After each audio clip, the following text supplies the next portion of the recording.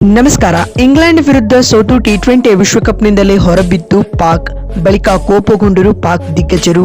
ನಂತರ ನೀಡಿದರು ದೊಡ್ಡ ಹೇಳಿಕೆ. ಹಾಗಾದರೆ ಸುದ್ದಿಯ ಸಂಪೂರ್ಣ ಮಾಹಿತಿ ಏನು? ಅಷ್ಟಕ್ಕೂ ಇಂಗ್ಲೆಂಡ್ ವಿರುದ್ಧ ಪಾಕ್ ಸೋತ ಬಳಿಕ ಪಾಕ್ನ ದಿಗ್ಗಜ ಹಾಗೂ ಮಾಜಿ ಆಟಗಾರರು ಹೇಳಿದ್ದೇನು ಗೊತ್ತಾ? ಇದರೆಲ್ಲದರ ಬಗ್ಗೆ ಈ ವಿಡಿಯೋದಲ್ಲಿ ತಿಳಿಸ್ಕೊಡ್ತಾ ಹೋಗ್ತೀನಿ, ಆದ್ದರಿಂದ ಕೊನೆವರೆಗೂ ನೋಡಿ. ಆದರೆ ಅದಕ್ಕಿಂತಲೂ ಮುನ್ನ ನೀವು ಕೂಡ ಟೀಮ್ ಇಂಡಿಯಾದ ಅಭಿಮಾನಿಗಳಾಗಿದ್ದರೆ ಈ ಕೂಡಲೇ ಈ ವಿಡಿಯೋಗೊಂದು ಲೈಕ್ ಮಾಡಿ ಮತ್ತು ನಮ್ಮ ಚಾನೆಲ್ಗೊಂದು ಸಬ್ಸ್ಕ್ರೈಬ್ ಮಾಡಿ. ಹೌದು, ನಿನ್ನೆ ಶ್ರೀಲಂಕಾದ ಪಲ್ಲೆಕೆಲೆ ಸ್ಟೇಡಿಯಂನಲ್ಲಿ ಇಂಗ್ಲೆಂಡ್ ಹಾಗೂ ಪಾಕ್ ತಂಡಗಳು ಸೂಪರ್ 8ರ ಮಹತ್ವದ ಪಂದ್ಯದಲ್ಲಿ ಮುಖಾಮುಖಿಯಾಗಿದ್ದವು. ಈ ಮ್ಯಾಚ್ನಲ್ಲಿ 2 ವಿಕೆಟ್ಗಳ ರೋಚಕ ಸೋಲು ಕಾಣುವುದರೊಂದಿಗೆ ಪಾಕ್ ತಂಡ ಟಿ20 ವಿಶ್ವಕಪ್ನಿಂದಲೇ ಹೊರಬಿದ್ದಿದೆ ಬಂಧುಗಳೇ.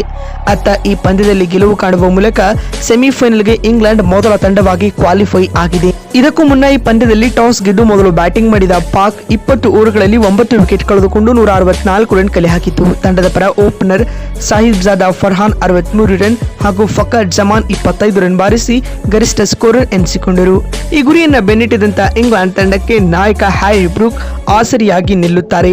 ಒಂದ್ ಕಡೆ ಸತತವಾಗಿ ವಿಕೆಟ್ ಬೀಳುತ್ತಿದ್ರು, ಮತ್ತೊಂದು ಕಡೆ ಸಿಂಗಲ್ ಹ್ಯಾಂಡೆಡ್ಲಿಯಾಗಿ ಪಂದ್ಯವನ್ನ ಮುನ್ನಡೆಸ್ತಾ ಹೋಗ್ತಾರೆ. ಅಂತಿಮವಾಗಿ ಸ್ಫೋಟಕ ಸೆಂಚುರಿಯನ್ನ ಕೂಡ ಬಾರಿಸುತ್ತಾರೆ. ಇದರೊಂದಿಗೆ ಗೆಲುವಿನಲ್ಲಿ ಮೇಜರ್ ರೋಲ್ ಪ್ಲೇ ಮಾಡಿದರು. ಈ ಮುಖ್ಯವಾಗಿ 19.1 ಓವರ್ಗಳಲ್ಲಿ ಇಂಗ್ಲೆಂಡ್ ನಿಗದಿತ ಟಾರ್ಗೆಟ್ ಅನ್ನ 8 ವಿಕೆಟ್ ಕಳೆದುಕೊಂಡು ಚೇಸ್ ಮಾಡಿತು. ಇದರೊಂದಿಗೆ ಈ ಪಂದ್ಯದಲ್ಲಿ 2 ವಿಕೆಟ್ಗಳ ಭರ್ಜರಿ ಗೆಲುವು ದಾಖಲಿಸಿತ್ತು. ಇನ್ನು ಇದೀಗ ಪಾಕ್ ಈ ಪಂದ್ಯ ಸೋಲ್ತಿದ್ದಂತೆ ಮಾತನಾಡಿದ ಪಾಕ್ ದಿಗ್ಗಜ ಶೋಯಬ್ ಅಖ್ತರ್ ಈ ರೀತಿಯಾಗಿ ಹೇಳಿದ್ದಾರೆ. ಇಂಗ್ಲೆಂಡ್ ಟಿ20 ವಿಶ್ವಕಪ್ನ ಸೆಮಿಸ್ಗೆ ತಲುಪಿದೆ, ಹೀಗಾಗಿ ಮೊದಲನೇದಾಗಿ ಅವರಿಗೆ ಅಭಿನಂದನೆಗಳು. ಆದರೆ ನಿಮ್ಮ ಈ ಪರ್ಫಾರ್ಮೆನ್ಸ್ ನಮಗೆ ಕಳವಳ ತಂದಿದೆ.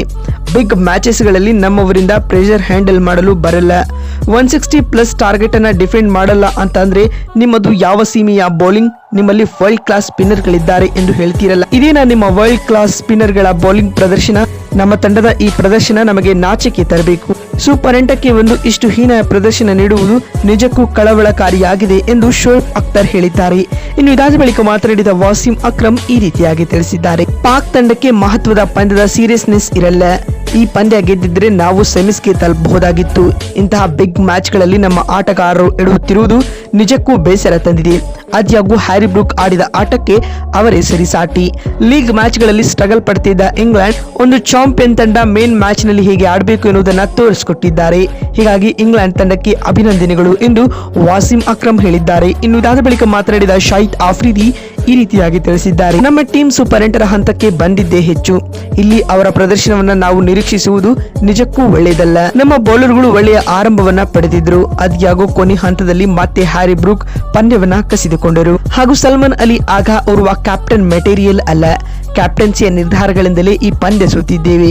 ಆದಷ್ಟು ಬೇಗ ಅವರು ಕ್ಯಾಪ್ಟನ್ಸಿಯಿಂದ ರಿಮೂವ್ ಆಗಬೇಕು ಎಂದು ಶಾಹಿದ್ ಆಫ್ರಿದಿ ಆಗ್ರಹ ಮಾಡಿದ್ದಾರೆ. ಮತ್ತೊಂದು ವಿಡಿಯೋದಲ್ಲಿ ಸಿಗ್ತೀನಿ. ಅಲ್ಲಿವರೆಗೂ ನಮಸ್ಕಾರ, ಧನ್ಯವಾದಗಳು ಸ್ನೇಹಿತರೆ.